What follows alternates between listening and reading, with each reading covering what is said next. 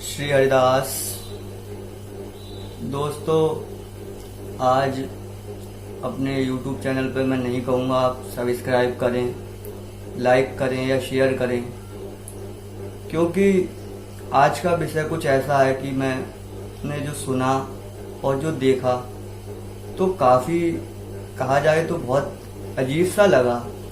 मेरे कुछ दोस्तों ने भी मुझे बताया और आज के समय वह विषय बहुत ज़्यादा चर्चा में भी है कि समाज का निर्देशन करने वाले किसी कथाकार ने कहा कि हमें कथा के समय, जिस समय नमाज पढ़ी जा रही है उस समय कुछ देर के लिए भागवत को रोक देना चाहिए। ये बात कहाँ तक सही है? अगर हम कहें कि उस समय उन्होंने बाद में बताया किसी ने कि सफाई में ये भी कहा, अब सफाई कहो या उन्होंने अपने बचाव में या जो भी है, उन्होंने कहा कि उस समय कथा आस्था चैनल पर लाइव चल रही थी और नमाज की आवाज आने की वजह से शोर हो रहा था, इसलिए कथा को रोक दिया गया या हमने रुकवाया था। तो अगर पूछा जाए ये मजबूरी थी इतनी सी। आज हम जाकर देखें तो कृष्ण जन्मभूमि पर, जहाँ पर आधे में मंदिर बना हुआ है ठाकुर जी का और आधे में मस्जिद है, वहाँ पे तो बराबर से माइक लग के अजान की आवाज़ आती है, जब वो लोग नमाज पढ़ते हैं उसकी आवाज़ें आती हैं। तो क्या हम लोग, अब आप बताएं कि ठाकुर जी की आरती का समय चेंज कर देना चाहिए?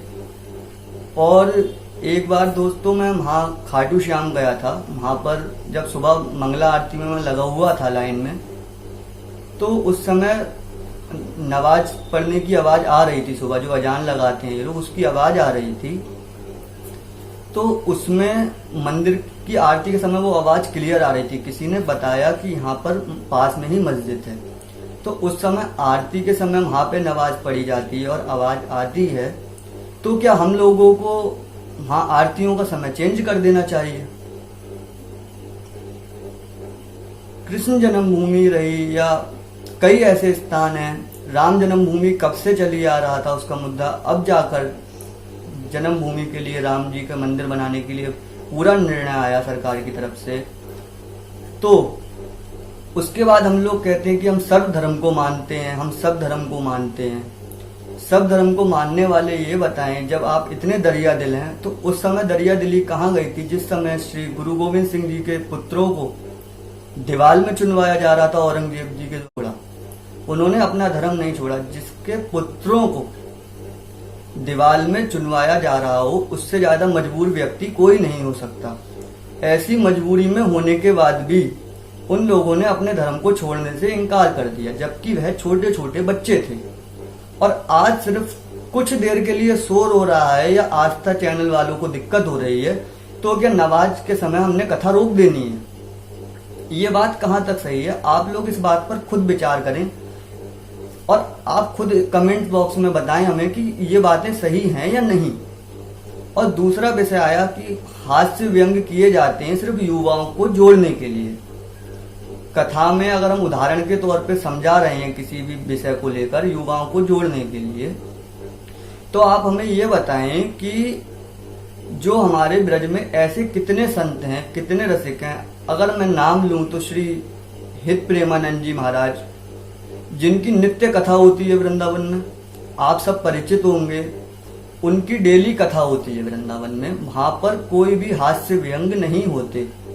उनकी कथा में सिर्फ या तो उनका स्वयं का अनुभव या संतों की वाणी होती है, रसिकों की वाणी होती है। वहां पर कोई भी हास्य व्यंग नहीं हुए आज तक। वहां पर जाकर आप लोग देखें कितना युवा जुड़ा हुआ है। युवा को जोड़ने के लिए आप हास्य व्यंग करें और मंच से कहें कि हम लोग नमाज के समय भागवत रोक दें, तो आप जहां बैठे हुए हैं, जिसके लिए जिसने बैठाला है वो आपका हिंदू है।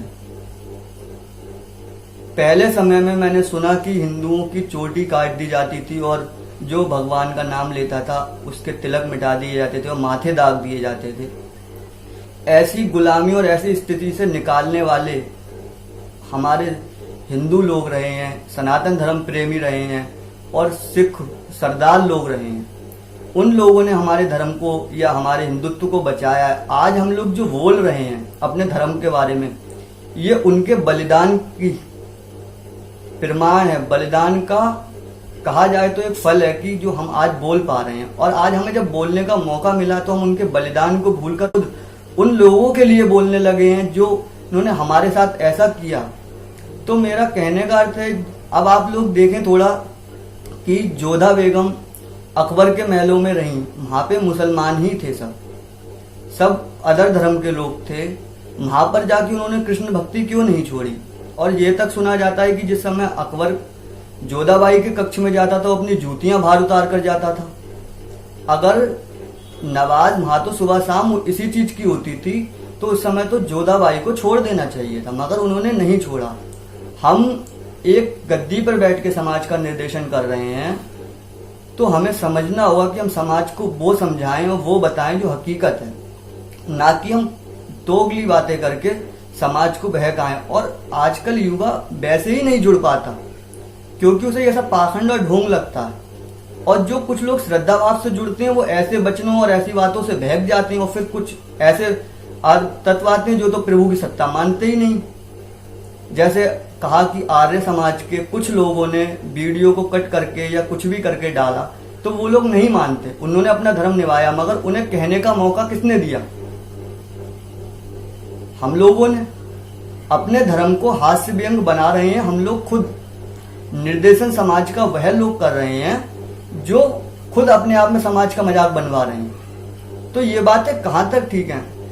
किसी भी स्थिति में अपने धर्म को छोड़ के दूसरे धर्म की करना, ये बात कहां तक उचित है? आप सब कुछ अच्छा कर रहे हो, सब ठीक है, आप सेवा करते हो, आपका ट्रस्ट है, जो भी है, मगर जहां आपकी गलती है आप उस बात को एक्सेप्ट करें और माने, ना कि उस बात को और बढ़ा चढ़ाकर लोगों को और संतों को बीच में लाके खड़ा करें, जिससे संतों की छवि खराब हो। इतना ही निवेदन है मेरा। और बाकी मैं कोई कथाकार या कोई संत या कोई वक्ता नहीं हूँ, एक समाज का नॉर्मल युवक हूँ। और जिस प्रकार मैं आप लोगों की कथाओं से ही सुनकर सीखा हूँ, और जो मैंने देखा, जो मैंने महसूस किया, सिर्फ उस बात को कहा है। अगर कोई मेरे से शास्त्रार्थ करना चाहे तो मैं उससे क्षमा चाहता हूँ, क्योंकि मैं खुद आप लोगों को देख के सीख रहा हूँ। और अगर मैं ये सब सीखूंगा, अगर मैं भी ऐसे ही दोगला बन जाऊंगा, तो आने वाली पीढ़ी जो और लोग हैं वह लोग भी ऐसे ही होंगे।